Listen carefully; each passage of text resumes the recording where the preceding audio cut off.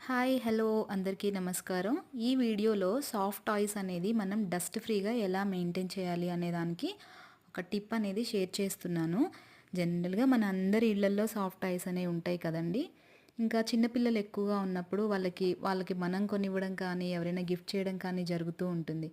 అది వాళ్ళు ఆడుకునేటప్పుడు మనకొక వర్రీ, టెన్షన్ ఉంటది. దానిలో డస్ట్ ఉందేమో, పిల్లలకి కాఫ్, కోల్డ్, ఎలర్జీ వస్తుందేమో అని.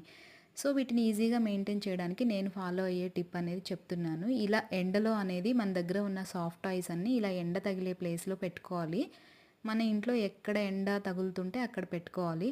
లైక్ బాల్కనీ, టెర్రస్ మీద లేదా మీకు ఇంకా బయట ప్లేస్ ఉంటే అక్కడ మీ ఇంటి వాతావరణాన్ని బట్టి ఒక 2, 3 గంటలు లేదా ఒక హాఫ్ డే అయినా సరే మనం అలా పెట్టేసుకొని వాటిని అన్ని వైపులా ఎండ తగిలేలాగా చూసుకొని మనం ఒక బ్రష్‌తో అనేది చక్కగా క్లీనింగ్ బ్రష్‌తో అనేది క్లీన్ చేసేసుకుంటే వాటిల్లో ఉన్న డస్ట్ ఆల్మోస్ట్ అంతా పోతుంది.